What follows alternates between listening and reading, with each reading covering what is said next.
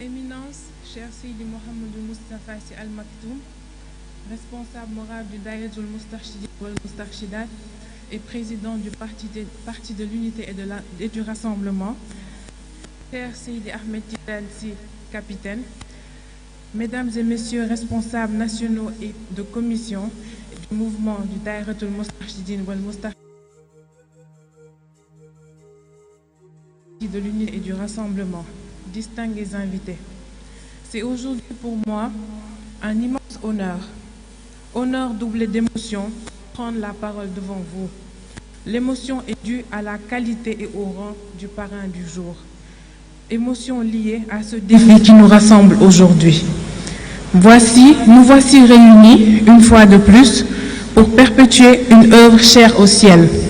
et pour laquelle des générations éméritées ont consenti toutes les ressources de leurs existences pour sans en prouver la moindre lassitude. Ils ont très tôt compris que l'homme, bien qu'étant représentant de Dieu sur terre, est aussi un élément vulnérable qui a besoin de se renforcer à travers la présence de son prochain, justifiant par la même occasion la nécessité d'évoluer en société. Cependant, quelle pourrait être la quintessence de cette société si l'espoir de tout un chacun ne se reflète pas sur chaque richesse de tout le monde?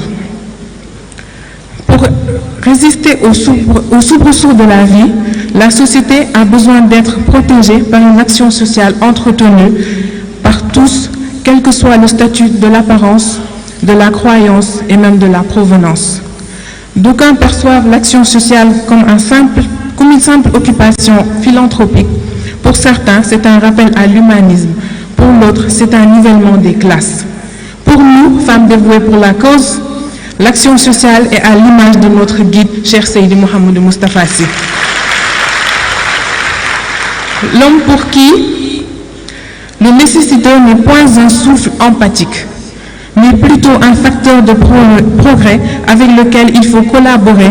en lui apportant le meilleur de soi-même. C'est le lieu de magnifier la grandeur de cet homme qui a su plonger dans les ténèbres de l'intolérance sociale pour panser les plaies du désamour et sacrifier tous les semblables du sceau de la bonté, de l'entraide et de la solidarité. C'est ce flambeau éternel, l'espoir des couches défavorisées, scrutant une aide libératrice que les femmes dévouées pour la cause ont hérité pour porter assistance à toute contrainte, obstacle après obstacle. Nous ne saurons terminer sans rappeler que la route est longue, très longue, mais les péripéties du voyage sont surmontables, car devant nous se dresse le stèle de l'homme victorieux qui a marqué de son empreinte indélébile cet essor social que l'on souhaite à tous nos semblables.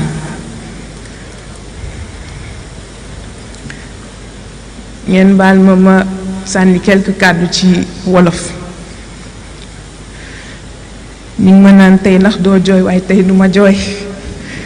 sëriñ bi nga mbaal ma rekk ma sànni la kàddu ji. góor gu tedd gi papa de tous les moustarchides du ñu mës a jaaxle ndax yow rekk lañu gis yaa taxaw démb ak tey di ñu tett ci ñëw ñu njub jàngal ñu action sociale dafa war a defar nit dafa war a yar nit dafa war a jàngal nit suqali nit balaa dund di ñëw yaa ñu xàllal yoon moo tax ñu engagé wu fas yéene def groupement bi un chef-d'œuvre bu mat sëkk fas yéene yi dévoué pour la cause incha allahu. góor gu tedd gi yaa ñu xettali yaa ñu gindi ba labuñu ci géeju réer yaa ñu uuf nampatal ñu ci leer xamuñu lëndëm yow lañu xam yow lañu am yow lañu sopp suñu ruux yaa ngi nii fu la neex jëmeel yal na yàlla fay sa coono si.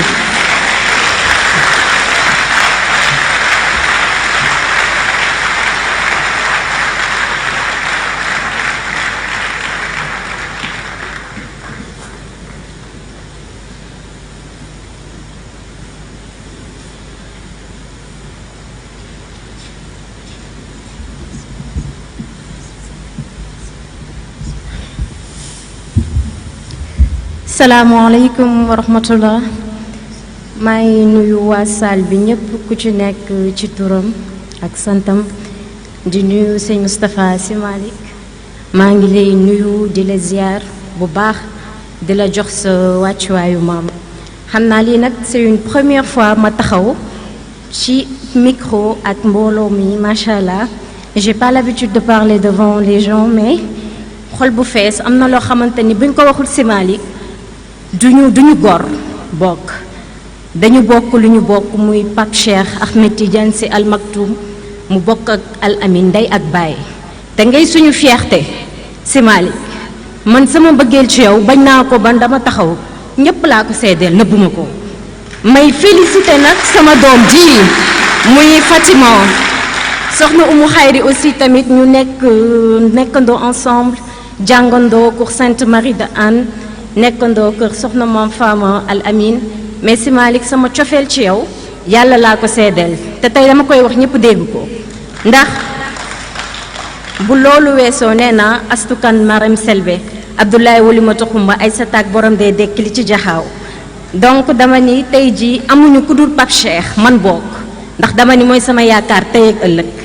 te ku bëgg ginaar war a mën a nag bëgg ay cuujam Sy Malick te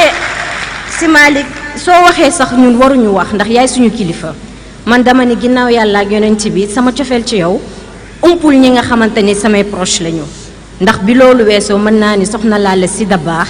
Alaaji Abdou ko jur te la sa maam Abdou waxoon Serigne Babacar Sy ni man Abdou Aziz ku jëloon sama cofeel teg ko ci balance peser ko sama cofeel supérieur ci sëñ Babacar waaye yéen ñii ñu bokk ak sëñ Moustapha ak ay doomam ji mën naa ni sama cofeel su ma ko jëloon peser ko sama bos supérieur ngir sama mbëggeel ci yow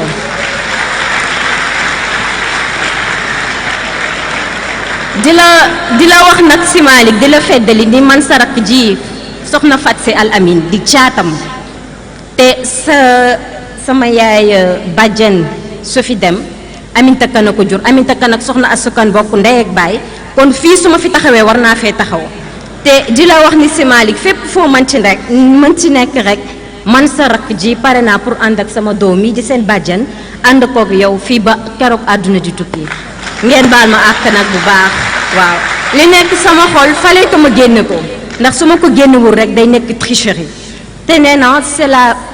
sincérité qui rend nos actes beaux et honorables nit ku nekk daf sincérité mooy lépp Sy Malick te suñu sag nga suñu fierté nga suñu sag nga ci kër Soxna Asukan waaw la Daba Mbaye wax rek ni la ñu ngi lay xaar Sy Malick mais man mii nga xamante ni que